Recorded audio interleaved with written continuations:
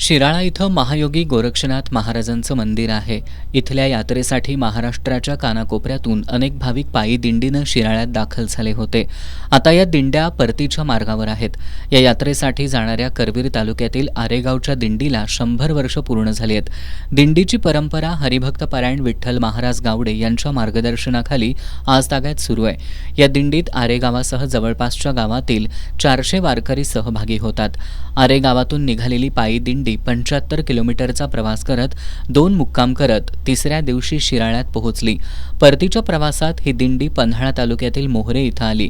यावेळी या दिंडीचं नलवडे आणि पाटील परिवाराकडून पुष्पवृष्टी करून स्वागत करण्यात आलं. यावेळी धार्मिक कार्यक्रम झाल्यानंतर आयोजित महाप्रसादाचा लाभ वारकरी आणि भाविकांनी घेतला. यावेळी जयसिंग नलवडे, दिनकर नलवडे, बाबासाहेब नलवडे, शिवराम पाटील, विराज नलवडे यांच्यासह भाविक आणि ग्रामस्थ सहभागी झाले होते.